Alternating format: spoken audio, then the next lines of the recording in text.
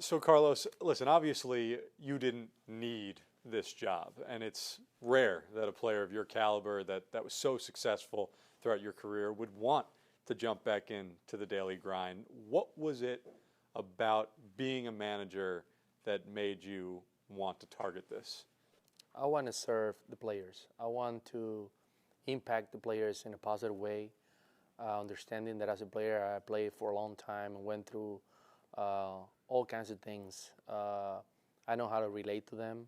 I know what is important to them.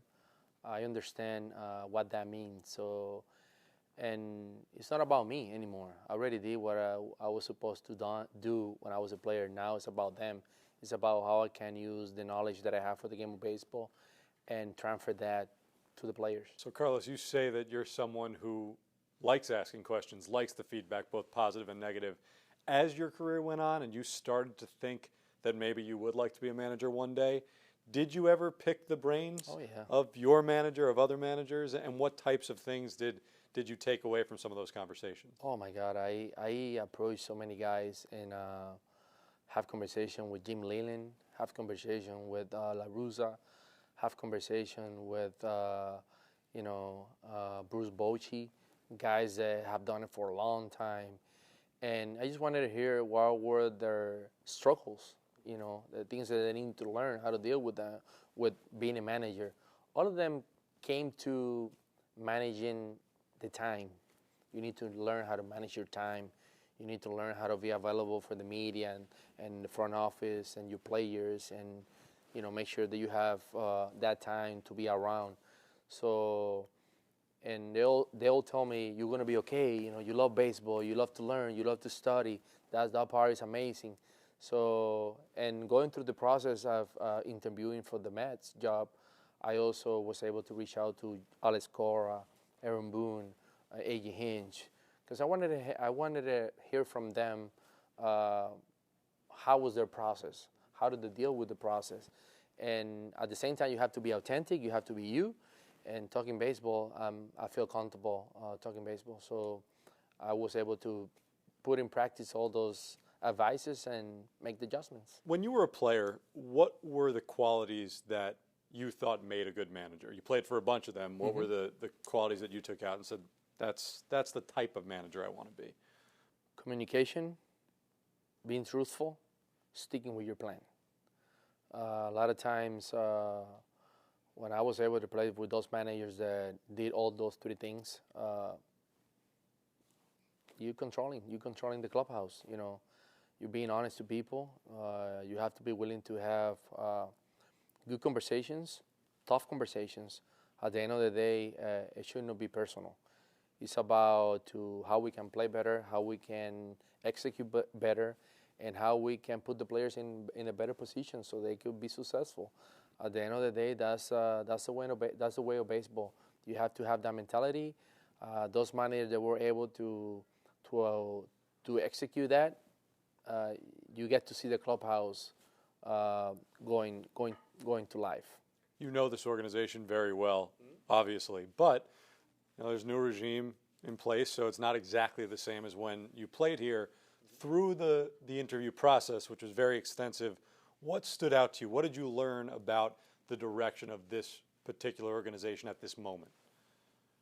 I like Brodie. I like what he's trying to accomplish. I think I like that he wants to create an incredible environment. He wants to reward players. I think having the mentality like when he was a GM, that he understands what is important to a player. I think he understands things that maybe other GMs don't understand because they're not dealing with players all the time. They're making like more business decisions. So, and I told him, I say, hey, if we work or we don't work together, don't change that mentality. Keep it up, because that mentality will be out there, and players, when they hear the New York Mets and they hear what they're trying to do, they would love to come and play here. So the fact that I won the job, I want to reinforce that. I want to make sure that we treat our players the right way. The players feel comfortable, satisfied, they're happy to be here, because that's going to be they're going to be the one talking out there how beautiful it is to play for the New York Mets and how great it is to play for this organization and their organizations that is willing to do what is best for them and their family. So to me, that's important. Carlos, you talk about relationships. We know that you're very close with Terry Collins. Just from a pure relationship perspective and you playing for him when he was the manager here, what did he mean to you? What does he mean to you? What did you learn from him? He means a lot, man. You know, Terry was energetic, a lot of passion, a lot of excitement. I felt that I look at him like he was another player. That's how passion he brought to the game, to the clubhouse, the energy. I felt like he was protecting the players. He was fighting for the players. And to me, that stood up a lot. And there's a lot of things that he brought to the table when he was a manager that, for sure, I understand they're important, and I want to bring them too. Now, one of those players that is going to be an interesting case this year is Edwin Diaz. Mm-hmm. He's someone who, in some respects, I'm sure you can relate to on a level. He came from Seattle, obviously a native of Puerto Rico, just like yourself, and comes to New York and doesn't have the immediate success that he wants. Yeah. When you look at your role in trying to get him back on track, such a critical piece if this team wants to have success in 2020, how do you view that relationship, mentoring him, and how you think you can help him get back to where he once was? What I realize is in baseball that, and this information comes from the greats that ever play the game. They think about baseball as 80% mental, 20% physical. So we need to focus on that area. We need to focus on having communication, having conversations, understanding that as human beings, we go through ups and downs. A lot of times, a family member is going through tough situation in life that affect us. Relationship in our home is not right, that affect us. A kid is sick, that affect us. So, but I have to encourage them, the players, that they have to be willing to talk about it. Because when you talk about your issues or your problems or your situations, you feel better about yourself. So I understand that, and I want to encourage that dynamic conversation between players and coaches, players and managers, and players against players, because at the end of the day, we're going to be here every single day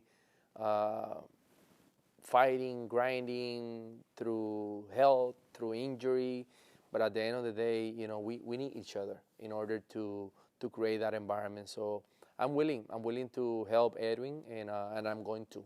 It's personal to me. I see so much talent on him. He was one of the best closers in the game a couple of years ago. Last year he went through a process. I bet he learned from the experience. At the same time, you have to understand that you could hear all the advices, but once you have to go through the experience. But once you go through the experience, you're like, okay, now I understand. I need to make this adjustment. I didn't handle this properly. I focus in areas that I didn't focus before. So I want to help him, and I know that he's going to be key for us. When you first turned pro, you didn't speak English. You were very instrumental a few years back in Major League Baseball, making it mandatory that there are full-time interpreters in Major League clubhouses. When you look at your skill set and what you can bring to the table, how much do you think the fact that you can communicate both in Spanish and English will benefit the group as a whole? It will benefit because I will make it personal. It's not like a group thing. It's more like personal. And having the conversations in Spanish with guys who speak Spanish, I will get to know more from them, their backgrounds, and try to get to know the things that are important for them. Because at the end of the day, you have to understand there's 25 guys, 25 people thinking different things, 25 guys that are motivated by different things. So I need to get to know them. What's your motivation? What do you like? What you don't like? What are the things that are important to you? What do you want to accomplish? So once I get to know that, then I can press the buttons every day and make you think about those and make you go out there and think, hey, man, if you are focused in this area, I got the opportunity to continue to grow in the game of baseball. And if it's for the Mets or for other organization, all we want to do here is create a positive, good environment, winning environment, and prolong the careers of the ball players. Finally, Carlos, when you were here, listen, you had one of the great Mets careers ever. You're one of the best players in franchise history. You had such exciting teams that people thought this team could be the one that wins the World Series multiple years, and just fell short. Yeah. Is that something? I strike out, man. Well, have you heard about that before? Yeah. But you know what, Carlos? Something like that, right? Whether it's 2006 or the way 2007, 2008 ended, does that stick with you as a player throughout your career? And when you were looking to become manager and you talked about wanting this job only, is there a feeling internally of I still haven't accomplished that goal here that I feel like we should have? I think that's a motivation. It is a motivation. The fact that I'm back as a manager and I was here 7 years as a player and we couldn't win, I want to make it happen. I know Brodie want to make it happen. I know Jeff want to make it happen. Fred want to make it happen. So there's a lot of people that are committed. I committed for this, and I have faith in everyone upstairs that they're going to help us put the team that is going to give us that opportunity. Will be an amazing feeling.